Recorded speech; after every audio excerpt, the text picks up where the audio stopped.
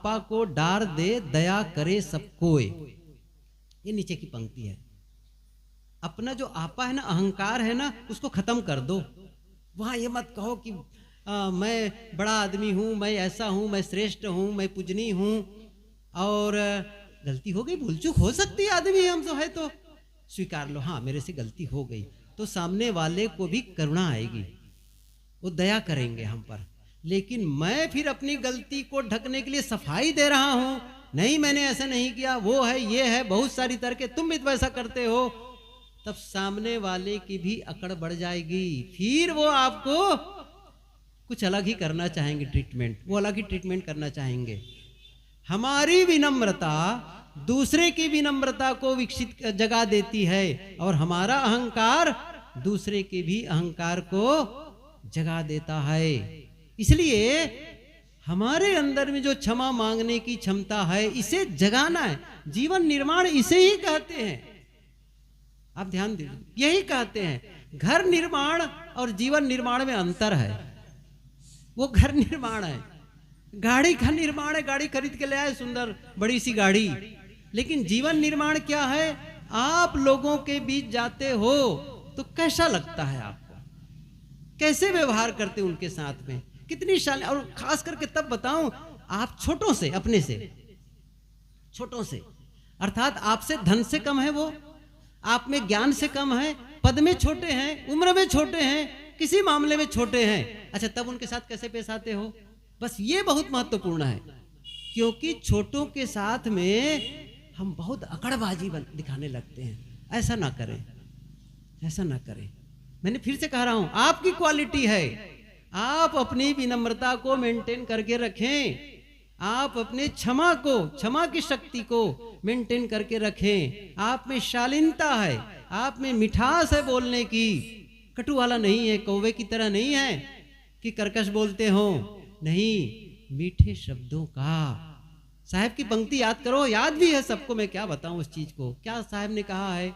वाणी ऐसी, बोलो आप लोग, बोलो कुछ तो बोलो, भीतर जाए। वाणी ऐसी मन का आपा। आगे वाली पंक्ति बहुत महत्वपूर्ण है। देखो देखो कहां है वो, कहां से निकल रहा है, समझ रहे हैं ना? आप ही शीतल हो औरन को शीतल कर। ये देखो, अब इस कसौटी पे कसना, इस कसौटी पे कसना, इसको फ्रेम बना लो, फ्रेम, समझ रहे ना? अब इस फ्रेम में अपने को फिट करना है, जैसे कुर्ता बना लेते हैं ना समझ रहे हैं ना? अब उसे फिट करना है अपने को। क्या है मेरा? बस ये है मेरा फ्रेम। अब मुझमें क्या ना, अपने को इसमें से ढालना है, अर्थात मुझे ऐसे शब्दों का प्रयोग करना है जिससे मेरा अहम दिखाई न दे, लोगों को न लगे कि अहंकारी है, क्या लगे ये विनम्र है, आपा खोए, और मुझे खोना भी है उसको, वो खोना भी है। और क्या करना है? औरन को शीतल करे। अब ये छोटी सी बात में कितनी तपस्या है आपको। यह तपस्या लोग करना नहीं चाहते हैं, और वो सरल है, पूजा कर लेना, आरती कर लेना, बहुत सरल है, कुछ नहीं लगता उसमें है। बस कुछ टोटका करना है, जैसे रोज ब्रश कर रहे हो, अच्छा उसको भी आरती जला दिए वही को, बस इतनी सी तो बात है। लेकिन ये करने में तपना, क्योंकि एक जगह आप सह लिए, फिर गए, फिर सहना पड़ेगा, तब क्या कहते हैं? कितना सहूं मैं?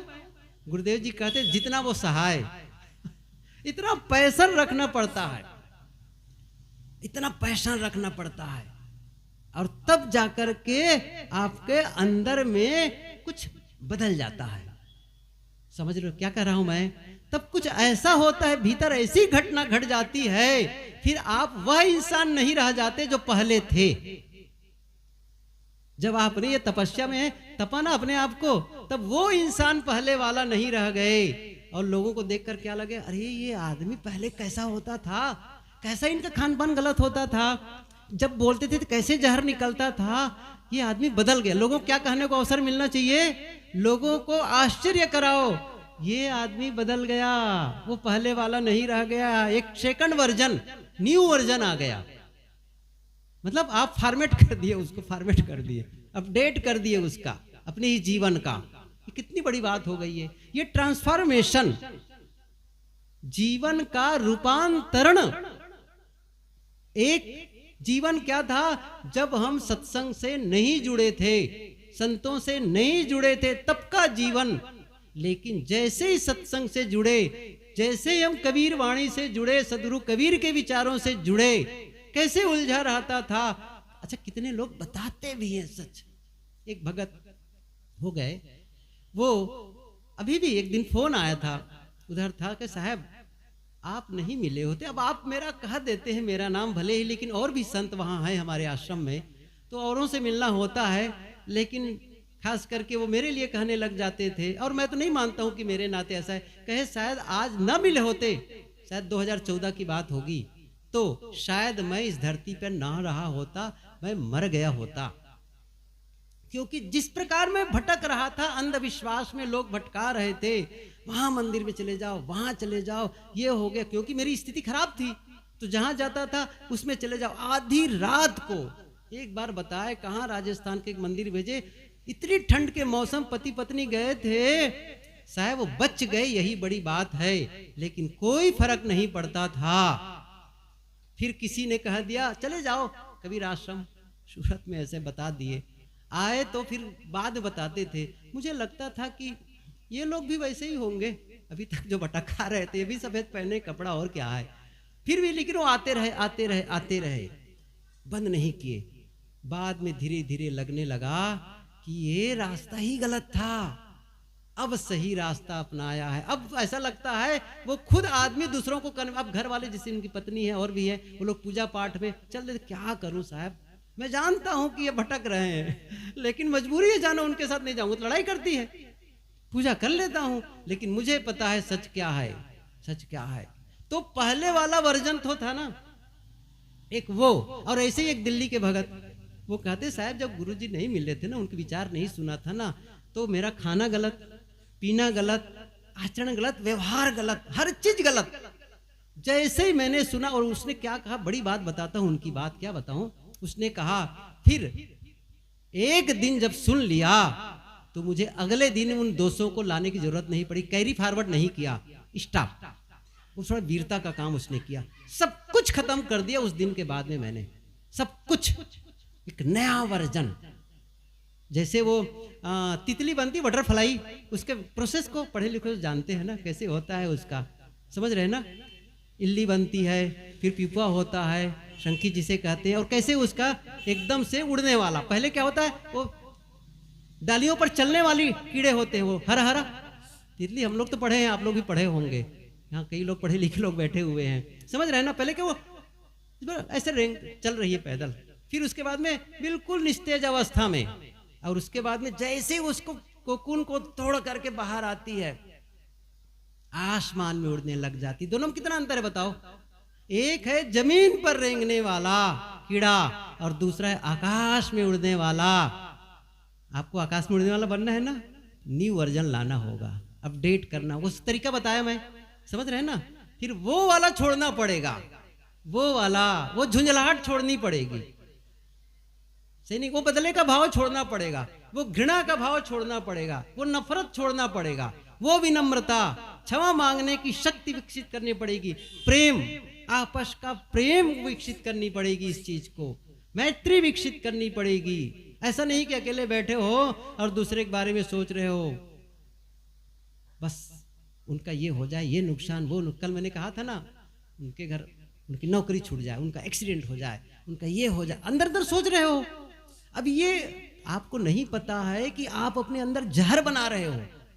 इस सिस्टम को समझ ले, बस इतनी से मेरा निवेदन, मैं इतना ही संदेश देना चाहता हूं। इस सिस्टम को समझ ले, अंदर में जो आपके अंदर विकारों का विचार चल रहे, विकार बन रहे हैं ना, वो आपके लिए जहर है, मानसिक जहर, जहर है ये जहर आप बना करके न स्वस्थ रह सकते हैं, न प्रसन्न रह सकते हैं, यही कारण है। और फिर वो निकलेगा जहर, कहां जहर निकलता है तो झगड़े के रूप में, कटुता के रूप में, वो जहर ही है और कुछ नहीं है। सबके भीतर जहर है। गुरुदेव जी का सूत्र याद करो। महेश मुझे बताना, अच्छा हाँ, बस इस घड़ी के अनुसार कि आपकी घड़ी के अनुसार बताओ क्या है वो, आगे है बहुत 5-7 मिनट के, अच्छा ठीक है, उसके अनुसार संदेश आगे है, बहुत थोड़ा बोलना है मुझे। क्या कह रहा था?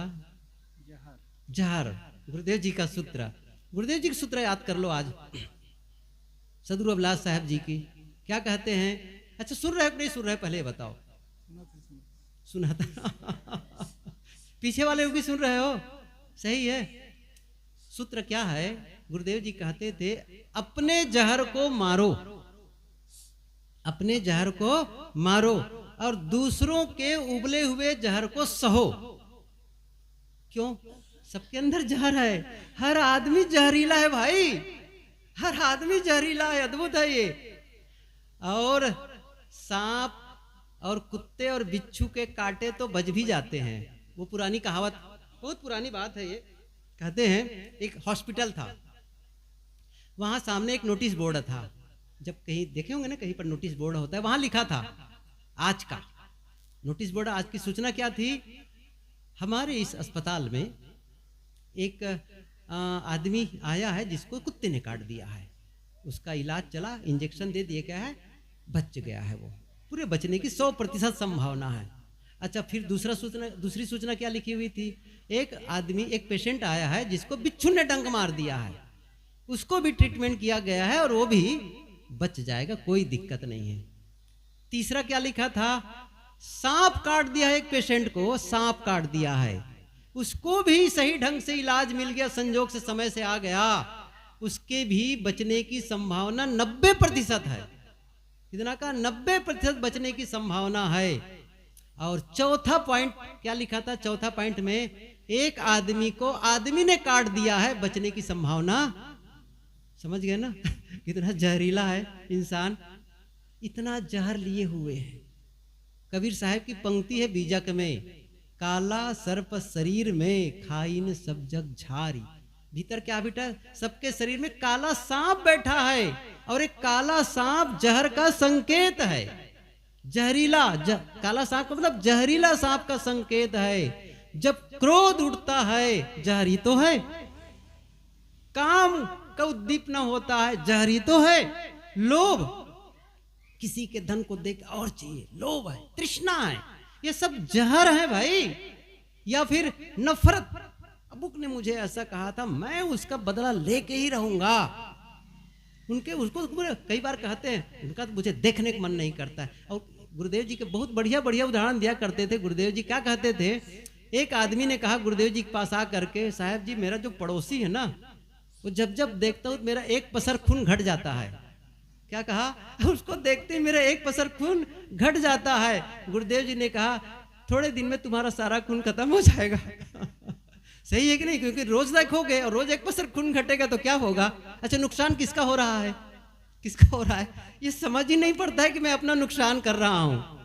आप अपना नुकसान करना बंद कर दें, इसको आप मजाक ना समझे, मैं सही कह रहा हूं। तो साहब का सूत्र फिर से याद करिए। तो ये जो आप कर रहे हैं तो क्या हो रहा है? जहरी है, वो आपके भीतर का जहर निकल रहा है। तो साहब क्या कहते हैं? अपने जहर को मारो। दूसरी बात, अच्छा किसी का जहर निकला, उबल पड़ा, छलक पड़ा, भड़क गए किसी बात को लेकर के, भनभना गया, तो क्या करो? सहो।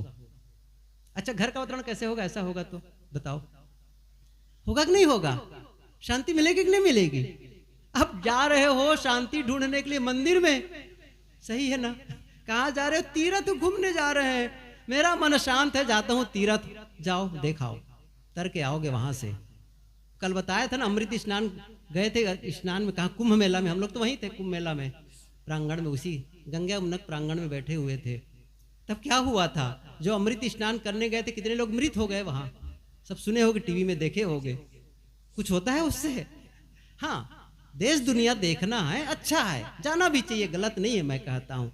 कोई प्राकृतिक दृश्य अच्छा है, अलग वहां का रीति रिवाज है, देख लो थोड़ा से, कोई बात नहीं है। लेकिन ये सोच करके जाओगे वहां जाऊंगा तो मेरा पाप कटेगा, मुझे शांति मिलेगी, इस धोखे में मत रहो। बस मैं कितनी बार कहता हूं, ये उदाहरण दिया है, मैं कई साल पहले की बात होगी, सूरत आश्रम में जहां इस समय रह रहा हूं मैं, ऐसे ही मौसम था ठंड का, बरामदे में धूप आ रही थी, मैं कुर्सी लेकर बैठा था और कुछ पढ़ रहा था।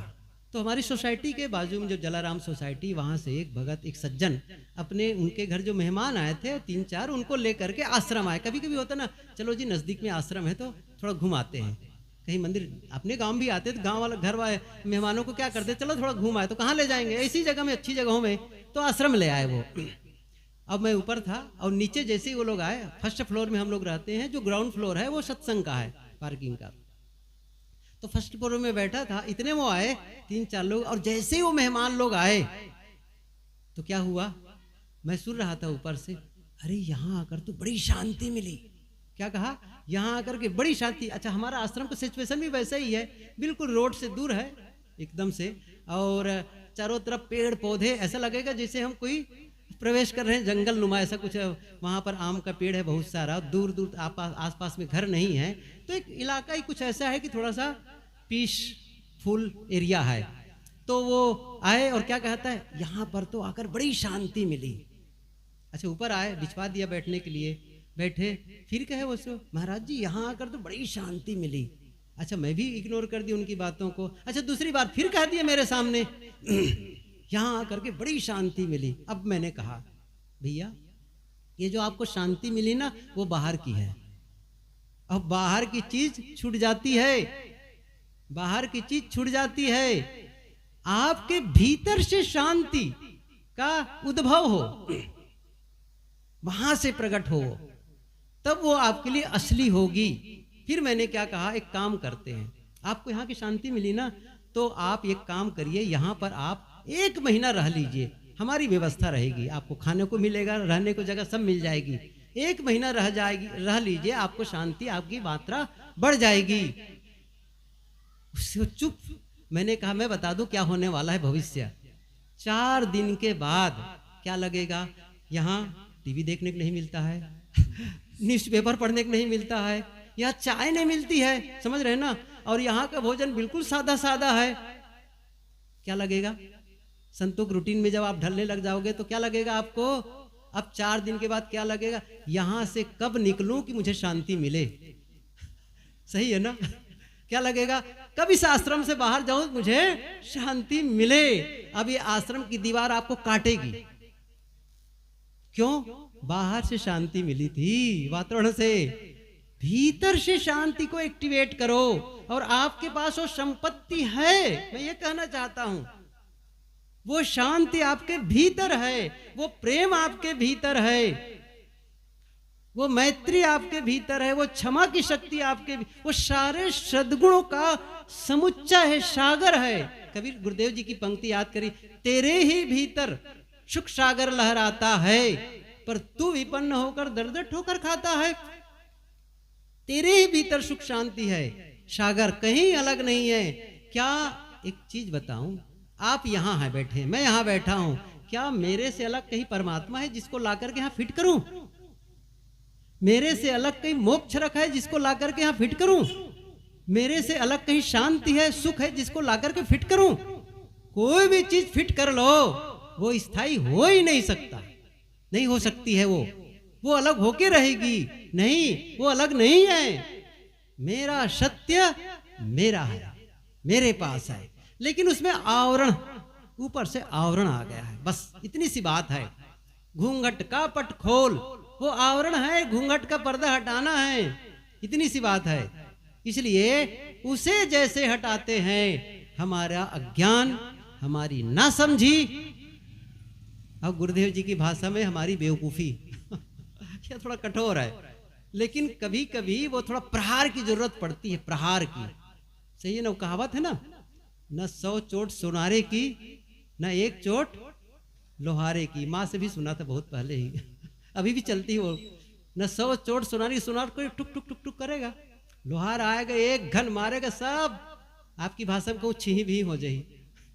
सही है ना, ऐसे ही जिस दिन कोई कहते ये बेवकूफी है, गुरुदेव जी क्या कहते थे, जो छूटने वाली चीजों के से मोह करता है वो वज्र मूढ़ है।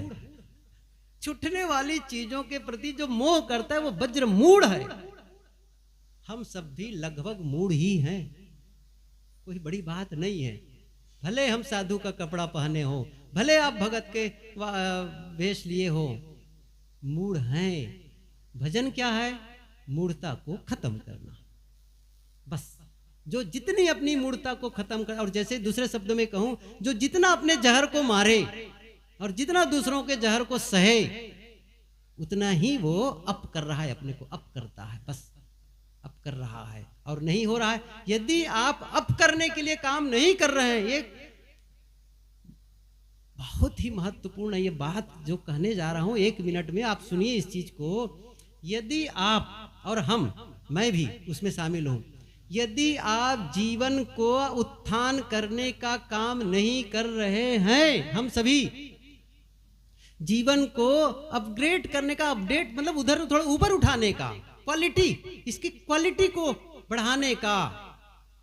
क्वालिटी जब मैं कहता हूं, अभी जहां एक बच्चे आए थे उनको मैंने कहा, राजस्थान में था तो मैंने एक उदाहरण दिया, देखो मेरे पास एक मोबाइल है, या किसी भी कंपनी वाले जब इसकी क्वालिटी बढ़ा देते हैं ना, किसी वस्तु की क्वालिटी बढ़ा देते हैं तो उसकी मांग बढ़ जाती है, मांग बढ़ जाती है। ऐसे ही जिस दिन आप अपनी क्वालिटी बढ़ा देंगे, आपकी मांग बढ़ जाएगी। आप अपनी क्वालिटी बढ़ाइए। क्वालिटी मतलब गुणवत्ता, गुणवत्ता, गुण। और मैंने फिर से कहा उनको, क्रोध आपकी क्वालिटी नहीं है, सही है ना?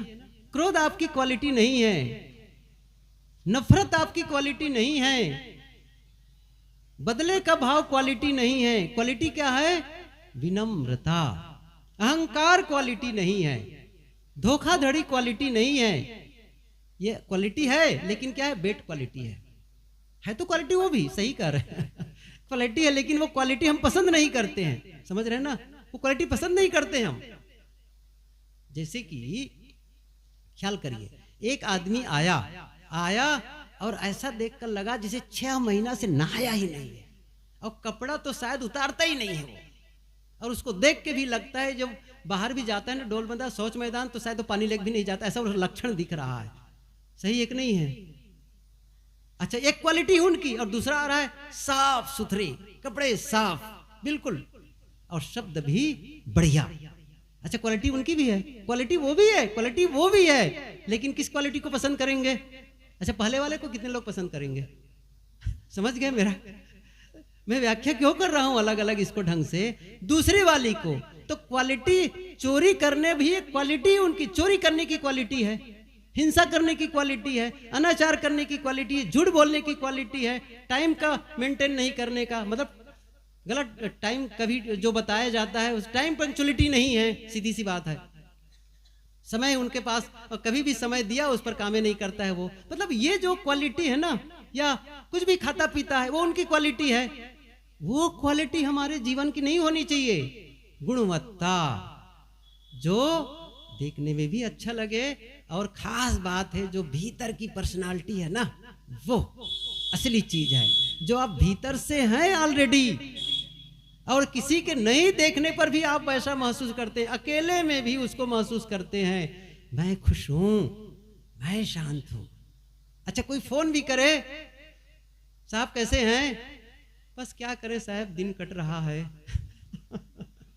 कई बार मैं कहता हूं, जब ऐसा कहते ना, साहब दिन कट रहा है, तो ये कहो अच्छा कट रहा है, अच्छे दिन कट रहे हैं। अरे बोलने में काहे की कंजूसी कर रहे हो? और जब मैं कहता हूं मुझे कैसा, साहब कैसे हैं आप, मैं कहता हूं बेटर एंड बेटर, मतलब बहुत फाइन, मस्त। देखो मैं एक बात बताऊं, आपका शब्द जो है ना, आपको बनाता है। इसलिए साहब ने कहा शब्द संहारे बोलिए, शब्द के हाथ ना पाओ। शब्द बनाता है, शब्द बिगाड़ता है, इसलिए कम से कम शब्दों को तो संभालो। शब्द संहारे बोलिए, शब्द के हाथ न पाओ। एक शब्द करे औषधि, एक शब्द करे घाव। अपने ऊपर घाव मत होने दो। क्या बताएं, बस जीवन, बस ये घर वाले सुनते ही नहीं है। अब उनका चेहरा, फिजियोलॉजी ना, उनका पूरा बॉडी लैंग्वेज बता रहा है मां दुखी इंसान है। क्यों दुखी बने दिख रहे हो? सब दूसरे प्रचार क्यों कर रहे? वो पूरा बोर्ड लगा के चल रहा है। क्या बोर्ड लगा के चल रहा है? मैं दुखी आत्मा हूं। जब आदमी हो, बोर्ड बदल दो आज से। क्या कहना है? नहीं, मैं प्रसन्न चित्त हूं, मैं खुश हूं, मैं अपनों से भी खुश हूं, अपनों से मैं आनंदित हूं। इस क्वालिटी को मेंटेन करना है। कौन करेगा बताओ, कौन करेगा? आपकी क्वालिटी को मेंटेन कौन करेगा? अच्छा नहीं बोल रहे, मैं समझ गया क्या कहना चाहते। गांव का सरपंच करेगा, बताओ। नरेंद्र मोदी करेंगे? समझ रहे हैं ना? कबीर साहब की पंक्ति याद करो, पूजा का सामान लाओ। कबीर साहब जी क्या कह रहे हैं? करु बहिया बल नहीं है, बीजक खोल के देखते ही नहीं बीजक का। कबीरपंथी काहे के कबीरपंथी हो, काहे कबीरपंथी हो? ये झूठी कबीरपंथी मत कहो अपने आप को, नकली कबीरपंथी हो। मैं सही बताता हूँ, मैं साधन नहीं करूँ तो मैं नकली कबीरपंथी मैं भी हूँ, सही बता रहा हूँ मैं। समझ रहे हैं ना? कबीर साहब को कुछ बातें नहीं पता है। करु बहिया बल आपनी छाड़ बिरानी आस, जाके आंगन नदिया बहे सोकस मरे प्यास। आपके आंगन में नदी बह रही है और आप प्यासे मर रहे हैं, भटक रहे हैं। भगवान मेरा कल्याण कर दो, मेरा ग्रह हटा दो, मेरा ऐसा हो गया है। कहाँ दुआ भभूत के लिए टोना टोटका दुआ भभूत, मरी मसान उसकी पूजा उसकी पूजा। मैंने एक दिन कहा था, पूजा पाठ से जीवन नहीं बदलता है। अंतिम सूत्र कहने जा रहा हूं, याद करो इसको, आज तो फिट कर लो इसको चलते समय। क्या कहा? पूजा पाठ से जीवन नहीं बदलता है, एक बात। दूसरी बात बताऊं, नया साल आने से जीवन नया। अभी देखना ना रात में 12 बजे जब पटाखा फोड़ते हैं, सही बता रहा हूं। क्या करेंगे? नया साल। क्या नया? क्या नया बताओ मुझे, एक चीज बता दो नया है। अच्छा सूर्य नया है, चंद्रमा नया है, पृथ्वी नई है, पानी नया है। अच्छा आपका घर, अच्छा घर वाले, अच्छा घर वाली। किसको नया कह रहे हो? किसको नया? क्या नया बताओ मैं, क्या चीज? एक चीज नया, एक चीज नया होने वाला। क्या? पुराना कैलेंडर उतार दोगे, नया कैलेंडर रख दोगे, बस इतना ही नया है और कुछ नहीं है नया, कुछ नहीं है नया। झूठे फरे मेरे, एक खुशफहमी में लोग जीते रहते हैं। इससे नया होने वाला नहीं है। आप बदलते हैं तब जीवन बदलता है। आप अपने को नया करते हैं, बस आप नया करते हैं अपने आप को, तब आपके लिए साल नया हो जाता है। अभी तक गुटखा खाते थे, गुटखा खाना छोड़ दिए, नया हो गए। सही है ना? शराब पीते थे, शराब पीना छोड़ दिए, नया हो गए। अंडा मांस मछली खाते थे, छोड़ दिए, नया हो गए। सही है ना? कटु बोलते थे, छोड़ दिए, नया हो गए। हो गए नया। अब नया साल मनाओ। अच्छा फिर तो मनाने की जरूरत भी नहीं है इतना नए होने के बाद में। सही है कि नहीं है? अच्छा उस आदमी को जिसने अपने आप को बदल दिया, अच्छा कपड़ा यदि सस्ता हो तो काम चलेगा कि नहीं उसके लिए? बताओ। सही है कि नहीं है? अब उसके लिए कोई फर्क नहीं पड़ने वाला है। अच्छा उसको गहना नहीं मिलेगा तो लड़ाई करेगी वो, क्योंकि वो अंदर का गहना सद्गुणों का पहन लिया है। वो नहीं, मुझे नहीं चाहिए, रखो अपने पास में, ये से काम नहीं चलने वाला है, क्योंकि मैंने अपनी क्वालिटी को मेंटेन कर लिया है। मुझे नहीं दिखाना है कि मेरे पास गहने हैं। अब गहना क्या होता है आजकल? तो असली गहने को तो लाकर्स में रखे रहते हैं, नकली पहन के आते हैं। ऐसा भी है, मैंने सुना है। मैंने एक दिन कह दिया तो एक ने कहा सही कह रहे हैं साहब, ऐसा ही होता है। मैंने कहा कमाल की बात है, तो नकली पहने रहो ना, उससे अच्छा काहे को असली के रखे उसको। अच्छा चलो धन को बचाने के लिए धन उसमें कुछ जोड़ के रखे हुए, मेरा धन है कहा करके, वो मेरा विषय भी नहीं है अभी कहने का।